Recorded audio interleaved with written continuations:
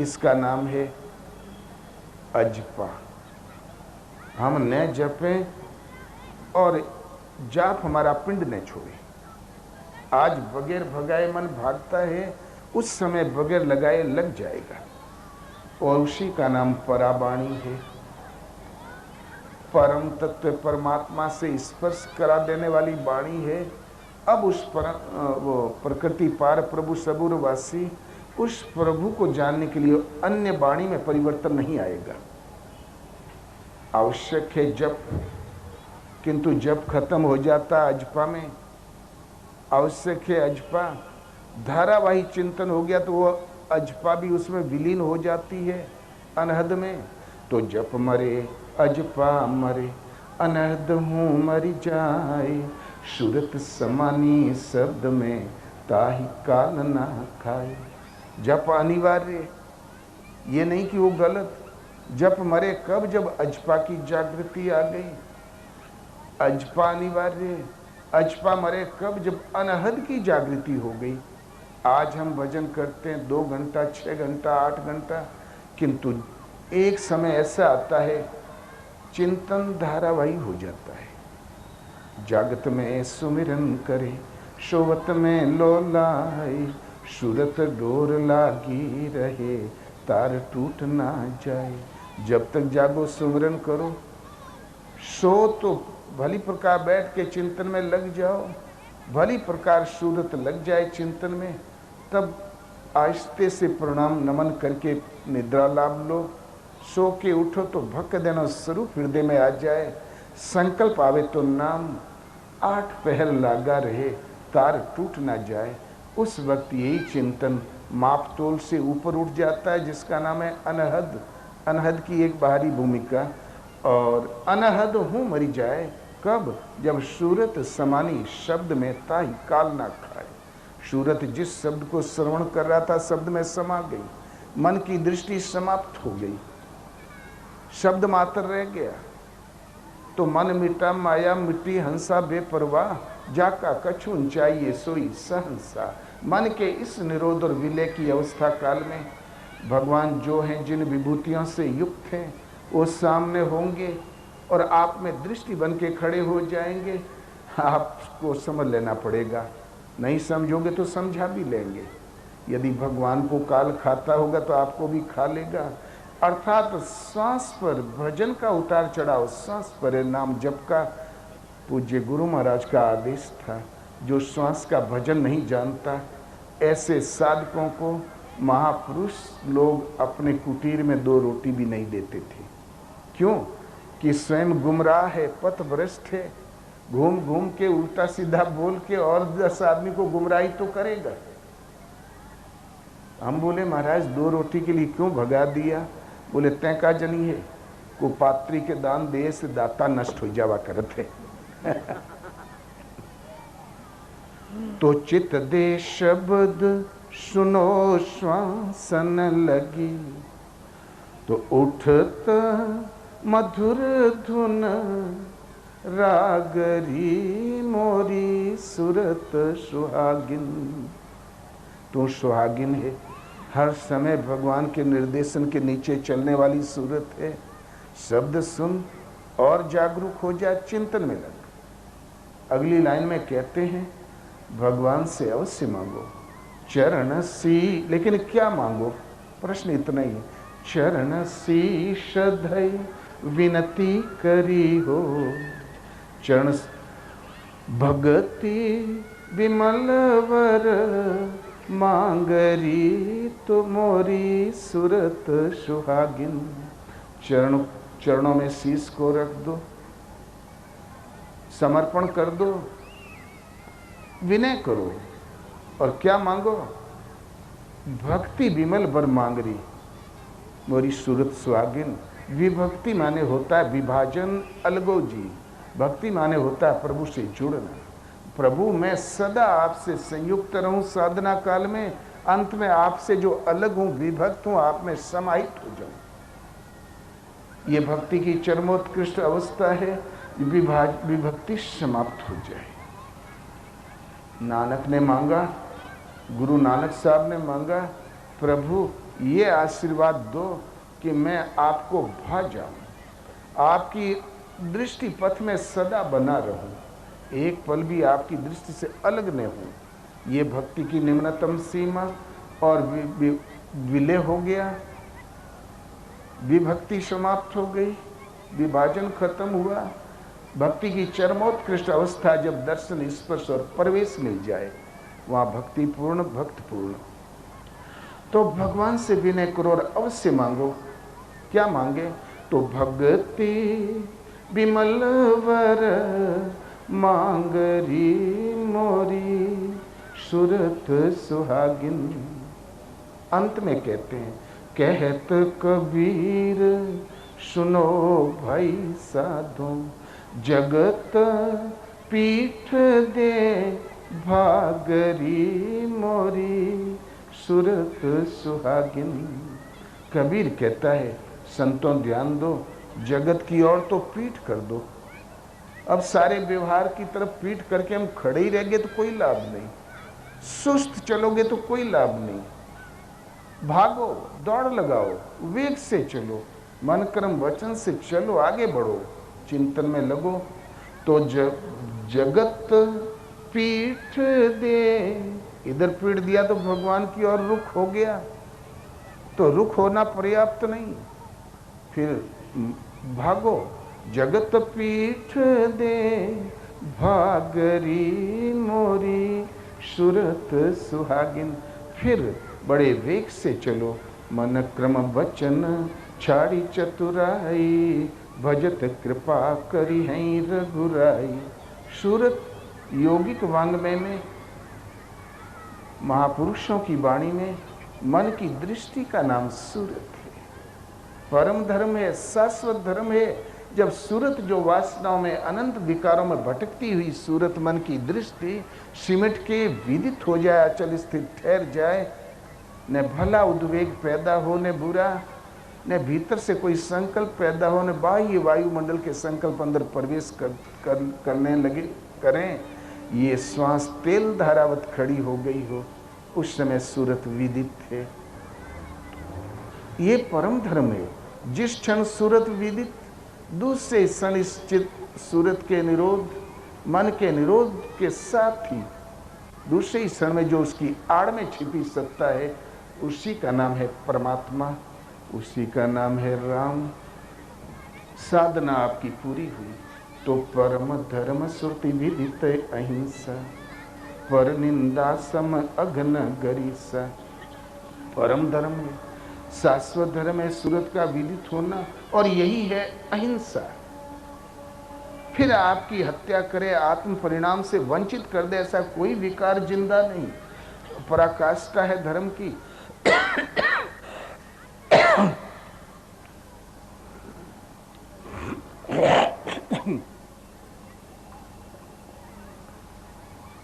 किंतु हम अपने बुद्धि विवेक विचार से इस सूरत को स्थिर नहीं कर सकते।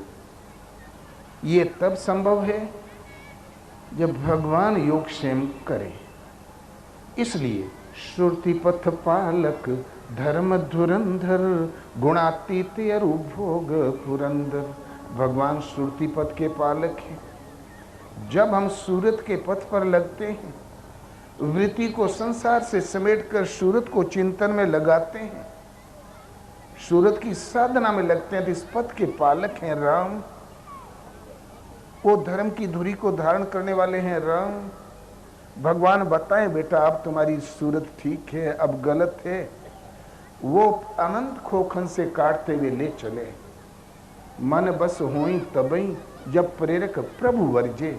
ये वायु से तेज चलने वाला मन तब वश में होता है जब प्रेरक के रूप में प्रभु स्वयं उतर आए, आत्मा से अभिन्न होकर खड़े हो जाए, हमारा मार्गदर्शन करने लगे, वो रोकथाम करें, तभी ये मन स्थिर होता है। सूरत जिधर जिधर गई मन की दृष्टि, वहीं से रोकथाम करते हुए ले चलें शुद्ध साधना के पथ पर, योग की पटरी पर ले चलें प्रभु। वो परवरिश करे, सूरत को न गिरने दे। तो श्रुति पथ पालक धर्म धुरंधर गुणातीत अरुभोग पुरंदर।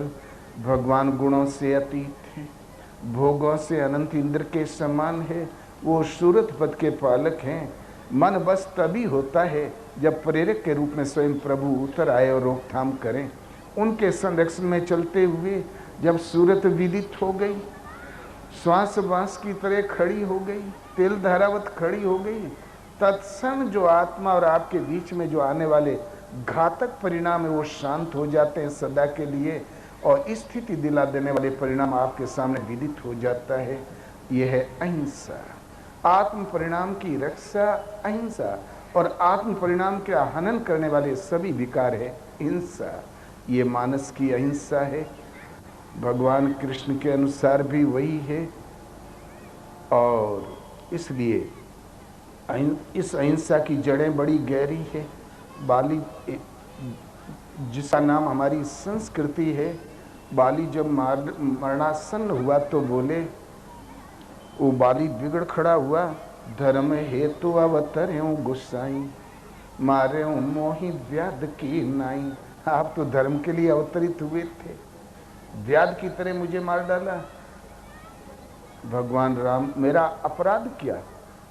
तो अनुज वधु भगनी सुत नारी, सुनु सठ कन्या समय चारी, इनही कुदृष्टि बिलो कहीं जोई, ताही बधे कछु पाप न हुई। अनुज वधु भगनी सुत नारी कन्या, ये समान है। इन्हें कोई कुदृष्टि देखता है, उसके बदने से पाप नहीं होता, बल्कि पुण्य है, धर्म की रक्षा है। और कोई मदांध होकर इन मर्यादाओं का उल्लंघन करे, कोई हमारा क्या कर लेगा, तो ऐसे दुष्टों का वध करना मर्यादा की रक्षा है। ये नियम सांसारिक जीवन जीते हुए इस तरीके से हम जिए कि भगवान याद आया करे, भगवान स्मरण बना रहे। इसका नाम है संस्कृति। अर्जुन गोद में था, भीष्म ने कहा, अर्जुन आज शस्त्र पूजा होगी। तो अर्जुन ने कहा, पितामह शस्त्र कोई भगवान है जो उनकी पूजा होगी? बोले, अरे पगले, पूजा भगवान की ही होगी, इस उद्देश्य से होगी कि इस शस्त्र में हम पारंगत हो जाएं, उत्तीर्ण हो जाएं। यही हमारी संस्कृति है। स्वयं माने वे परमात्मा, हमारा हर कृत्य परमात्मा का स्मरण करके ही शुरू होता है, स्मरण करके ही बंद होता है। दुकानदार दुकान में जाता तो पहले ठोकता है अपनी दुकान की गद्दी को, वही को। पहलवान अखाड़े में जाता तो मिट्टी की ढेरी लगा के नमन करता है। पढ़ाने जाता है, पढ़ने जाता तो नमन करता है। वो कोई अलग देवता नहीं, नमन भगवान को ही करते हैं, पूजा भगवान की ही करते हैं। इस उद्देश्य से करते हैं कि इस कार्य में मुझे सफलता दे, पारंगत बना दे। इसका नाम है संस्कृति। फिर हर कार्य को करते हुए भगवान का स्मरण चलता रहे, बना रहे। सह माने वे परमात्मा, परमात्मा का कृत्य के साथ परमात्मा का स्मरण चलता रहे। थोड़ा स्तर उठा, फिर धारावाही चिंतन करो। फिर का सोवत है मोह निशा में, उठ के भजनिया में लाग, मोरी सूरत सुहागिन जाग। ये बाह्य जीव वध, जीव जिंदा, जीव मुर्दा, इससे अहिंसा से आपके शास्त्रों में कोई संबंध नहीं है। ये तो आई हुई एक विकृति है। हिंसा होती है जिंदे प्राणी की, मुर्दों की क्या हिंसा, क्या हिंसा। भगवान कृष्ण ने कहा, अर्जुन वाशांसी जीर्णानि यथा विहाय तथा शरीर नवानि कृतानि नरोपराणि तथा शरीराणि विहाय जीर्णानि यन्यानि संयाति नवानि देहि। अर्जुन, पुराने जीर्ण शीर्ण वस्त्र को फेंककर मनुष्य जैसे नया वस्त्र धारण कर लेता है, ऐसे ही भूतादिकों का स्वामी आत्मा जिस शरीर रूपी वस्त्र को त्याग कर और नवीन शरीर रूपी वस्त्र धारण कर लेता है। शरीर एक वस्त्र, निर्जीव, अनंत बार पुराना जीर्ण हुआ और फिर पैदा हुआ। शरीरों का सिलसिला लग गया। इसका नाम है भव सागर, पुनर्भव, फिर से होना। इस शरीरों का सिलसिला भव सागर, उसी से तो हमें मुक्ति पाना है। आप पर हमला हो गया तो ये कोट पैंट शर्ट गुली बंद सब निकाल के कोई बचा ले तो क्या प्राण बच जाता है? बचाव जिंदे का होता है।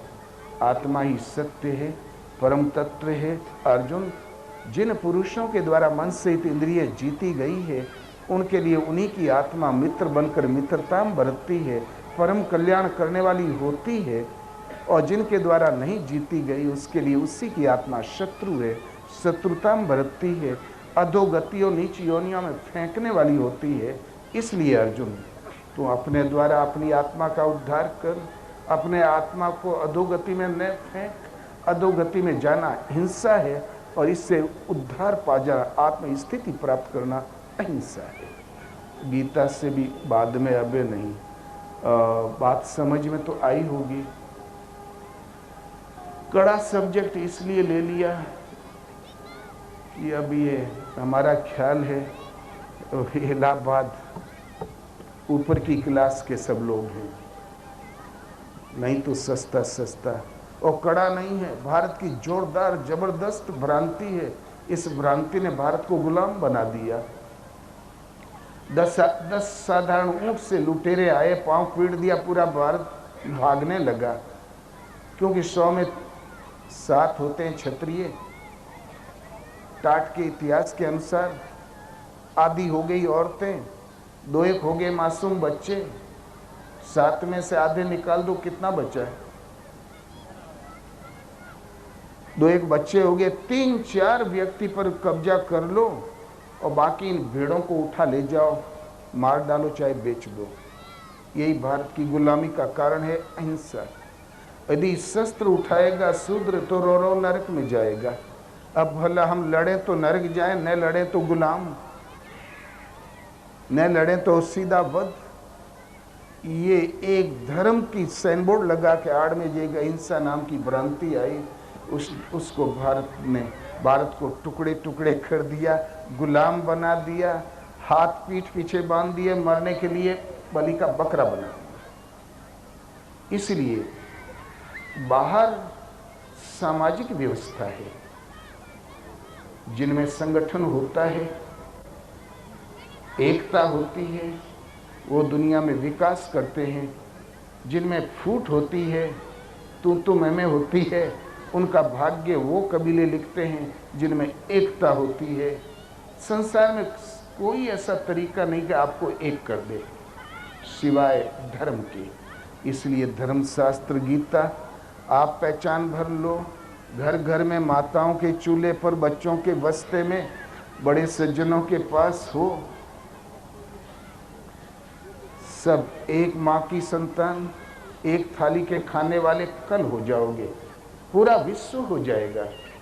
क्यों कि जब लिखी गई थी गीता, लिखी नहीं गई, जब भगवान के श्रीमुख से प्रसारित हुई थी, उस वक्त ये सृष्टि में प्रचलित संप्रदायों में से, मजहबों में से कोई नहीं था। ये मनुष्य को उद्देश्य से बनाकर कही गई है।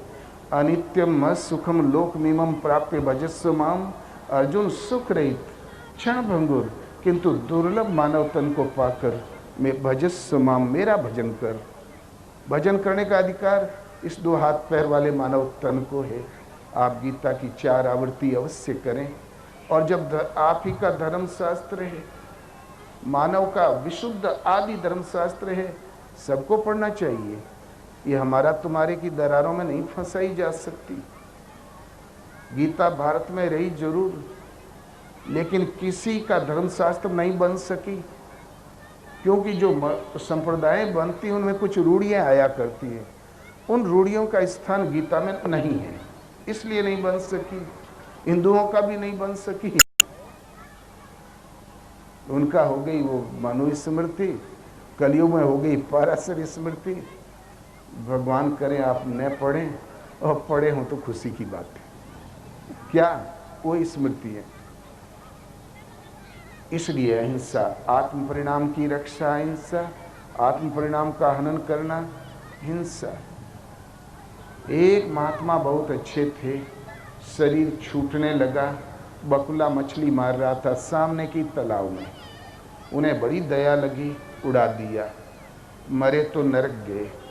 आकाशवाणी दिया अपने शिष्य को, देख हमने जीवन में कोई पाप नहीं किया, बकुला उड़ा दिया, उस पाप से मैं नरक जा रहा हूं।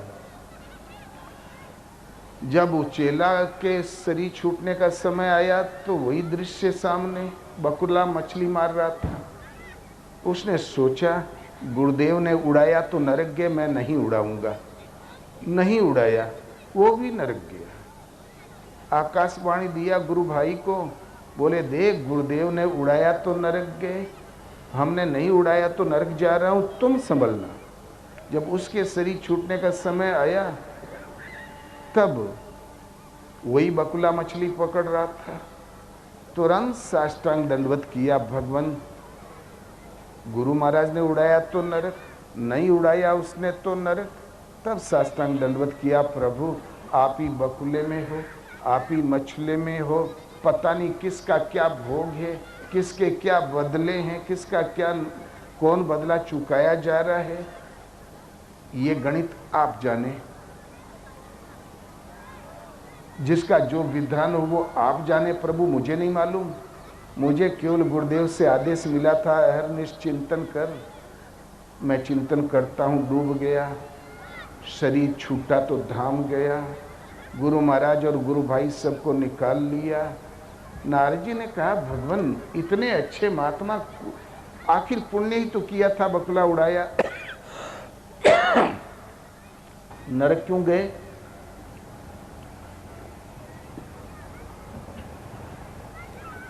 भगवान ने कहा, ना उस दिन बकुले का भोजन वही मछली था। बकुला 8 दिन का भूखा था, आज उसके ये भोजन का वही विधान था, मछली। उन्होंने छुड़ा दिया, परोसी थाली छीन लिया, बकुला उस दिन मर गया भूख से। उन्होंने महान पाप किया था। तो बोले दूसरों ने नहीं उड़ाया, वो क्यों नरक गए? उड़ा देना चाहिए था। उस दिन बकुले का पेट भरा था, वो गटर मस्ती मार रहा था। और तीसरे बोले उसने हमारा विधान हम पर छोड़ दिया, तो हानि लाभ जीवन मरण जस अपजस विधि हाथ। सुनहु भरत भावी प्रबल बिलखी कहे मुनिनाथ। ये होनी का चक्कर है, परस्पर बदले हैं, सामाजिक समस्या है, उसको अपने ढंग से निपटाओ। लेकिन जो यौगिक शब्दकोश अहिंसा है, वो आपके सहज स्वरूप की उपलब्धि में जो अवरोध है, उन अवरोधों का शिकार होना हिंसा, आत्मा हनगति जाए, और उन अवरोधों का पार पाना ही अहिंसा है। आप भजन करें, पालन करें, शुद्ध अहिंसा के व्रत पर हैं, न जानते हुए भी अहिंसा व्रत को धारण करने वाले हैं। तो एक ही धर्म एक व्रत ने माँ, काय वचन मन पति पर दौत्य माँ। अर्थ नहीं बताएंगे। सोई धर्मज्ञ गुणी सोई ज्ञाता, सोई महिमंडित पंडित दाता, धर्म परायण सोई कुल ताता, राम चरण जाकर मन राता।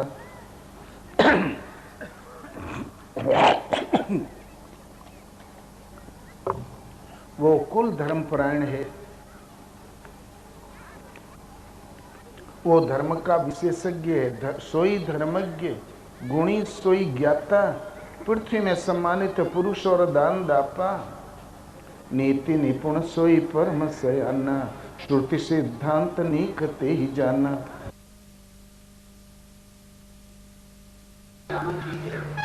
आत्मा सबके अंदर है और रुचि होती है कि हम इन्हें प्राप्त करें। लेकिन जानते हो लोग आगे जो दूसरा पड़ा है मन, ये उधर जाने नहीं देता। तो इसे शुद्ध करने के लिए वो भगवान का नाम जपना है। राम राम राम राम, ओम जिसमें जिसकी रुचि हो वो जपे। नाम जपने से अंतःकरण शुद्ध होता है, पहले की जो खराबियां हैं वो साफ हो जाती है, और जब साफ हो जाती है तो पहले यह नमस्कार था करता जीवन घात, अब तो मन हंसा हुआ मोती चुन चुन जात। इस मन को बदलना है। और जितनी बातें हैं हम रोज सुनते हैं और अंदर जा ही नहीं पाएंगी, कहाँ झरझरा के निकल जाएंगी तो कोई फायदा नहीं होगा। इसलिए खूब भगवान का चरित्र सुने, सत्संग सुने और हम मन को पवित्र बनाए। इसलिए भगवान का नाम लेना निहायत जरूरी है। और जब आप राम राम राम राम लेने लगेंगे तो ये बैठरी वाणी का नाम है। जब इससे और आगे बढ़ेंगे, जैसे लड़का एक क्लास दूसरा तीसरा पढ़ता जाता है, इसी प्रकार नाम की भी गतिविधि है। जब हम राम राम लेते लेते इस बैठरी वाणी से और इसके स्तर को पास कर लेंगे तो मध्यमा वाणी आ जाएगी, उससे नाम लेना पड़ेगा।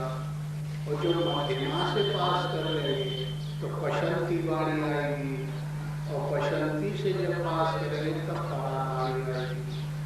और जब परावाणी आएगी तो समझ लो कि ये मन बुद्धि चित्त अहंकार, जिसको हम अंतःकरण कहते हैं, ये शुद्ध होने के कगार पे आ जाएगा। फिर ये जो राम चरित्रमानस है, फिर ये जो गीता है, ये कौरव पांडवों का युद्ध है, ये राम रावण युद्ध है, सुर असुर युद्ध है, देव दानव युद्ध है, कंस कृष्ण युद्ध है, सजातीय विजातीय युद्ध है, ये सब तुम्हारे हृदय में आ जाएंगे। और फिर आपको ये स्पष्ट दिखाई पड़ने लगेंगे कि तुम्हारा शरीर रथ बन जाएगा, इंद्रियां घोड़े बन जाएंगी, मन राम बन जाएगा, ये आत्मा कृष्ण हो जाएगी। फिर उसके हाथ पकड़ा देना, फिर अपने मन में अनुराग भर लेना, वो अर्जुन बन जाएगा। फिर ये मोह रूपी दुर्योधन, दुर्बुद्धि दुशासन, करण रूपी करण, द्वैत का आचरण करने वाला द्रोणाचार्य और धर्म रूपी पितामह भीष्म, ये सब बलवान अर्जुन से बहुत तगड़े थे। लेकिन एक क्षमता, जो आत्मा गाइड बन गया, आत्मा गुरु का रूप बन गया, अगर इतना आप हम काम कर लेते हैं तो कोई दिक्कत नहीं। जैसा भी वो प्रयुक्त अभी पिछले वक्ता बाबा जी ने बताया, आप सब सुन रहे थे कि कितने युक्तियों से, कितनी एमेंसिपेशन देते थे और कृष्ण भगवान उनको बचा ले जाते थे। तो हमें आपको अर्जुन बनना है, आत्मा को गुरु को बैठा के कृष्ण बनाना है। और अगर इतना काम हम आप कर जाते हैं तो फिर जो बताया गया है इसका चरित्र आपके अंतःकरण में सब आप निहाल हो जाएंगे हमेशा के लिए और कार्य परिणित हो जाएंगे। अगर ऐसा हम नहीं कर सकते तो तमाम बाधाएं हैं। समझे? देखिए, एक कहानी आती है कि जब पितामह 10,000 जवानों को रोज मारते थे महाभारत में, तो भगवान कृष्ण थे अपनी आंख उठा के देखे उनकी सेना की तरफ। जब देखे तो वहाँ बिल्कुल कोई आदमी रह गए, तो जवान कोई दिखाई नहीं पड़ा, अच्छे योद्धा सब मारे गए। तो वो बैठ के कह रहे भैया धर्मराज क्या हालत है तुम्हारी? अर्जुन ये देखो कहाँ दूसरे को जा रहे थे, लोगों का सब मामला खतरा हो गया, खत्म हो गया, जाओ और पितामह को बुलाओ और उनसे आशीर्वाद लेके आओ। जब शाम को युद्ध समाप्त हुआ तो फिर वो जाते हैं, जब प्रणाम करके खड़े होते तो वो कहते हैं विजयी भव। उनके लिए उन पुत्रों के लिए आशीर्वाद दिया जब तुम विजयी हो। उस आशीर्वाद को लेकर कृष्ण के पास फिर आते हैं और आके कहते हैं कि तुमने तो विजय का आशीर्वाद दिया है भगवान। तो कहेंगे विजय कैसे? तुम लोग तो पितामह को हटा नहीं सकते। और धीरे धीरे पितामह अपनी कार्रवाई करते करते वो कला कर दिया, खत्म कर दिया। ऐसे कहाँ मिलेगा? उनसे पूछो जाए, फिर जाओ प्रणाम करो। पितामह आपके रहते हुए हमारी तो क्षमता नहीं है कि आपसे युद्ध करने की, आपसे जीतने की। तो ये जो बार बार हमको आशीर्वाद देते हैं आप कि विजयी भव, ये आपको ही सुशोभित हो, क्योंकि आपके पास क्षमता है विजय होने की, हमारे पास नहीं है। आप हमारे पुरखा हैं और आपकी कायली हो, आपकी बेइज्जती हो, आपके बच्चे झूठे हो, ये हमको शोभा नहीं देता। इसलिए इस विजय का आशीर्वाद हमसे हम वापिस करने आए हैं आप। तो पितामह बड़े सुसंगित हो गए, बड़े बुद्धिमान थे, बड़े योग्य थे। उन्होंने कहा कि भाई मैं आशीर्वाद देके वापिस तो नहीं दे सकता, लेकिन मैं समझ गया कि मुझे अब अपनी गतिविधि कुछ बताना पड़ेगा, क्योंकि तेरे साथ बड़ी क्षमता है, वो मेरी हालत सब जानता है। लगता है कि इसलिए तुम्हें सब कला बता। तो कह ठीक है, अगर ऐसा ही तुम्हें करना है तो अपने रथ पे आने कल किसी स्त्री को बैठा। तो उन्होंने कहा कि ऐसे ऐसे उन्होंने कहा, वो ठीक है। तो वो एक स्त्री जो पता नहीं क्या था, यह जन्म अनेक जन्म का कारणदंड था, वो पहले से तपस्या करके चले आती, ये आप सभी जानते होंगे। जब उन्होंने अपने रथ पर बैठा लिया, जब युद्ध में आए तो देखते ही पितामह ने अपना धनुष हथियार छोड़ शिखंडी को देखते ही सब धनुष बाण कर दिया। और कृष्ण ने कहा जब देर छोड़ लड़ो तो छेद डालो, धाम धाम धाम धाम। तो पितामह ने सब कर दिया। तो देखिए ये तो हमें केवल कथा भाषणी है, और फिर उसके अनुष्ठान जो हमारे व्यास भारतीय महापुरुष हुए हैं, महात्मा ज्ञानी थे, उन्होंने रच दिया। लेकिन अब अर्जुन कहते कहते पितामह कहते आकाश तैयार हो गया, आकाश वो हमारे मन को खींचने में समर्थ है। अब हमारा तुम्हारा काम है उस अर्जुन के बाहरी आकाश को मिटा के थियोरिटिकल आकाश को और प्रैक्टिकल लेना है। इसलिए ये हमारा शरीर है। जानते हो इतनी बड़ी पुस्तक होती है महाभारत, और पहले एक लड़का कोई फांसी में लगे तो बूढ़े डांट देती थी, ये सारे झगड़ा खराब है क्या, ये महाभारत क्यों पढ़ रहा है? उसे पूछा ये झगड़े की कोई बात है नहीं। महाभारत को पूरी पुस्तक को उसका हेडिंग या शीर्षक सब कुछ बता देता। तो हेडिंग में क्या है शीर्षक में कि महा हाथ और रथ। महा कहते हैं वीर, हाथ कहते हैं प्रकाश या ज्ञान को, और रथ कहते हैं। तो महान में महाज्ञान में जो लगा हुआ उसका नाम है महाभारत। अज्ञान का नाम हुआ ये पॉइंट बदलना है, ये हमें अंदर प्रवेश कराना है। आप हमको चाहिए इस बात को अच्छी तरह से समझे। कथानक बता देगा तो बहुत बढ़िया बात है, लेकिन उसको गठरियों को उतार लेना बड़ी कठिन की बात है। तो बैठे बैठे हम आप महाराज जो बताए हैं कितनी सुंदर सुंदर बातें हैं, सर उसको ट्रांसफॉर्म करके बदल के अपने अंतःकरण में लेना है। आर्थियों को अनुराग बनाना है, और जो है सजातीय और विजातीय हमारी बाई तरफ रहता है हर व्यक्ति के अंदर, और एक है पुण्य रूपी पांडु, वो पुण्य देवी तरफ रहता है, उससे जातीय पार्टी का योद्धा है। और ये जातीय पार्टी वो अंतःकरण की पार्टी, एक दुर्गुणों की एक सद्गुणों, और दोनों का विवाद होता है। और ये निरंतर हमारे शरीर के क्षेत्र में हर एक के अंदर चल रहा है। तो उस महिमा पूर्ण महा व्यक्ति की आप गाना गाइए, उनकी तारीफ करिए, ज्ञान सीखे हमारे आगे चित्रों का कितना सजीव चित्रण दिखाया है। तो इसलिए देखिए उनमें से पैदा हुए हैं धर्म रूपी धर्मराज, भाव रूपी भीम, नियम रूपी नकुल, सत्य रूपी सहदेव और अनुराग रूपी अर्जुन। ये 5 पांडु।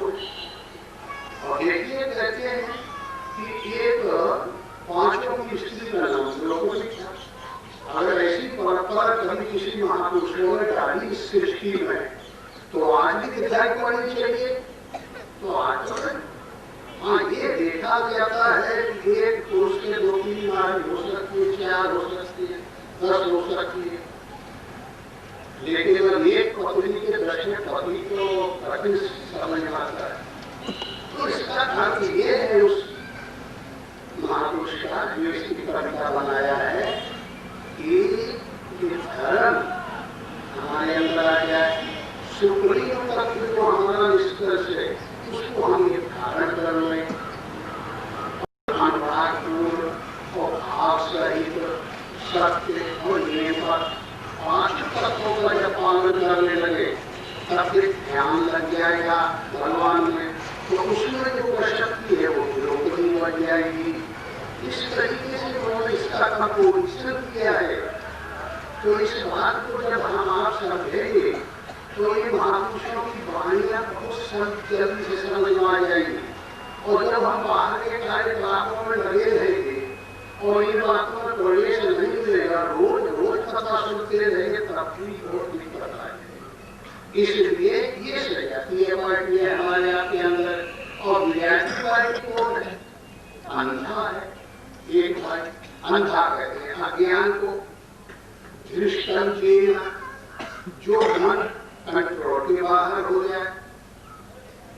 तो इस तरीके से जो दूसरी विद्यार्थी पार्टी है उसका जो अध्यक्ष है वो धृतराष्ट्र है, और उसके मुंह रूपी दुर्योधन द्रौपदी दुशासन वो बाहरी कंट्रोल करता है। धर्म रूपी पर धर्म रूपी पिता उसकी पार्टी बहुत बड़ी है, और एक नहीं सैकड़ों उसके पुत्र है, अनेक कल्पनाएं हो जाती हैं।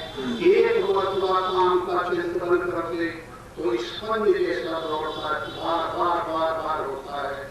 एक कल्पना मची हो जाए वो हमें ये चीज हमको मिल जाए तो बार बार बार बार जन्म लेती है, अंदर संकल्प करती है। लोगों की कल्पना हो जाए तो बार बार चलेगी। इसलिए ये समाज बहुत बड़ी है, ये दुर्गुणों की पार्टी बहुत बड़ी है, राक्षसों की पार्टी बहुत बड़ी है, और सजातीय जो सद्गुण थोड़े लेकिन बलवान है, ताकतवर है, तो वो हमारी क्षमता के ऊपर बड़े छोटे होते रहते हैं। जब शासक सूरत को भगवान के चरण में सही ढंग से लगा देता है तो बलवान हो जाते हैं, और जब हमारी सूरत हटके ध्यान नहीं रखता और बाहर के विषयों में दौड़ती रहती है, जीव की लालच में दौड़ती है, दूसरे विचार विषयों में दौड़ती है, तो वो राक्षस बन जाते हैं। इस प्रकार इस महाभारत का जो युद्ध है वो हमारे शुद्ध अंतःकरण की बात है। साथ रखिए कि शुरू से लेके आखिरी तक प्रकरण है पूरा। इसलिए भैया हम आपको बहुत न टाइम देके बहुत समय न लेके 2-4 बातें बता के समापन कर रहे हैं, क्योंकि हम लोगों को थोड़ा लंबा जाना है।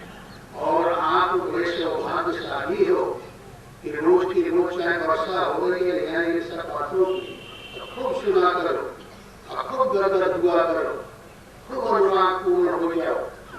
जानते हो अनुराग रामायण किसको कहते हैं? अंग को, अंग जो हमारा है ये दर्द हो जाए गदगद हो जाए, भगवान के आदेश में रोमांच हो जाए, अश्रुधारा होने लगे, तब ये पाप की जो जकड़न है, टेंशन है, वो ढीले हो जाते हैं। तो हमारी लाभ होगा हमको भगवान के चरित्र सुनने के लिए। और उसका बड़ा साथी कौन है रामायण के अंदर का? हनुमान। हनुमान को कोई बंधन नहीं है। हनुमान का मतलब होता है आनंद करे जो अभिमान का, उसका नाम हनुमान। तो कोई बंधन करेगा, बैल करेगा, घोड़ा करेगा, वो तो त्याग करेगा। जब हम माया से त्याग करेंगे तो अभिमान नहीं आएगा, नष्ट हो जाएगा। इसलिए वो हनुमान पैदा किया जाए। असुर सुग्रीव है, और जब तक ये भगवान से मित्रता नहीं करेगी हमारी सूरत, तब तक कारण रूपी वाणी होगा, कोई नहीं छोड़ेगा। कारण रूपी वाणी का खत्म होगा जब राम से सूरत की, सुग्रीव की मित्रता हो जाएगी। और एक क्यों कराएगा? हनुमान कंधों पर बैठाएगा, राम लक्ष्मण बोले आएगा, ये त्याग जब आप करेंगे तो वो हनुमान बन जाएगा, दिलीप लक्ष्मण बन जाएगा, ज्ञान राम बन जाएगा, और ये सूरत के लोग के भगवान के साथ हो जाए। फिर कोई दिक्कत नहीं कर, जो हमें परेशान करता है, रहने नहीं देता, भगवान में मन नहीं लगने देता, कुछ भी नहीं करने देता, चले जाती है भावना, वो नष्ट हो जाए। तो इस तरीके से अगर अच्छा लगे तो आप लोग राम राम राम राम शुरू कर। आप कह रहे हैं कि आपके हम पर टाइम था, दर्जे बैठे और बात करने के टाइम है, टाइम सबके पास, और पर्पस हमको टाइम निकालता है। हम बताते हैं शाम को सर्विस वाले हो, अध्यापक क्रिया करने वाले हो, बिजनेस करने वाले हो, कृषक हो, मजदूर हो, कोई भी हो, माई हो, दादा हो, शाम को आगे परिवार सब इकट्ठे होते, खाना खा के सब अपना विचार कर लेते। कितना सुंदर लगता है। ये हमारी पुरानी परंपरा रही है हिंदुस्तान की। जब सोते हैं काम काम काम काम लेके सो, तो जब जागते हैं तो भगवान का नाम ले। बस यही दो टाइम भगवान अंतर के कभी पा के हम इतना आगे ले लें, फिर नहीं ले सकते आगे। फिर मंत्री बुढ़ती को प्राप्त हो जाता है, विषय में दौड़ने लग जाता है, फिर ये रुकने वाला नहीं है। इसलिए चार पाई में बैठ जाओ, अपने इष्ट देव को पकड़ के अपने हृदय में बैठाओ, प्रणाम करो। नहीं किसी को मानते हो, देवी को मानते हो, देवता के मानते हो, राम कृष्ण या गुरु का मान लो, ये चित्र देखो और प्रणाम करो, नक्शे और शिक्षक देख और भगवत मुझे कठपुतली बना दो, आप मेरे ध्यान रूपी धारा को पकड़ लीजिए, और जैसे जैसे हलाएंगे मैं हल मैं नहीं जानता कि मैंने पाप किया किया। ये सब मैं और मेरा मान अंतःकरण और मैंने जो कुछ किया विवाद सब आपके समर्पण है। इतना लगाने में कोई खर्च लगेगा? ये रोज प्रक्रिया करनी चाहिए, रोज भगवान को हाजिरी देना चाहिए, और सुबह उठते ही फिर ईश्वर को पकड़ लो और हृदय में बैठा के प्रणाम करो, बोलो भगवत इस पेट के धरती के लिए मैं फिर जा रहा हूँ, और मेरे मन को रूपी लगाम को आप पकड़ लीजिए, कंट्रोल रखिए। भगवत के मेरा ठिकाना नहीं है। मान लिया इस रथ के अर्थ को आप नहीं जानते, क्योंकि अब लेटेस्ट नया युग आ गया है, सब गाड़ियों में चलने रथ का तो नाम है नहीं, तो ऐसे ही मान लिया जाए हमारे तुम्हारे शरीर आग है, अनेक जन का पॉइंट को पेट्रोल या डीजल बना लो, शरीर को गाड़ी बना लो, अपने इष्ट देव को गाइड बना लो, ड्राइवर, हृदय को अंजन बना लो, ब्रेन को बैटरी बना लो, और फिर इसको संसार की घटिया के ऊपर इष्ट से प्रार्थना करो, नाम जपो, उनका रूप देखो, कृपा करें। तो इस तरीके से हमें आपको लगने की जरूरत है, और बगल लगे गुजर नहीं होगा, करने का विषय। किसी किसान के पास जमीन तो बहुत है, काम नहीं कर पाता तो क्या फायदा हो जाएगा उससे। इसलिए हमारा अंतःकरण कुछ चाहता है, कुछ कराना चाहता है। इस समय कुछ कार्य की जरूरत, भगवान की भक्ति करने की जरूरत, गुरु लोग गाइड का काम करें। लेकिन आप भी थोड़ा उठिए, तब कहानी दोनों हाथ से बनी और प्रगति हो जाएगी। बताइए जिसको सुनने में कितना आनंद आता है, सब काम छोड़े बैठे हुए। कोई किसी ने कहा कि भाई देखिए, एक बूंद के शरीर से निकल जाने में इतना आनंद आता है कि जिंदगी भर आदमी लकड़ी हो जाता है विषय में। एक बूंद पृथ्वी के गिरने से, बीच के गिरने से कभी फिर छोड़ नहीं सकता, और वही समाप्त हो जाता है। ये बताइए उस बूंद के गिरने से जब यह फायदा हुआ, कितना आनंद आया। अगर उस बूंद को रोक के अंदर रख लिया जाए तो कितना आनंद आएगा। बोलो भगवान ऐसी कृपा करो मां, नाम बिसरे नाम ना बिसरे। दुख टुट गए दुखियां दे, दर्शन करके गुरु जी छोटे। दुख टुट गए दुखियां दे, दर्शन करके गुरु जी छोटे। बोले सच्चे गुरुदेव भगवान की।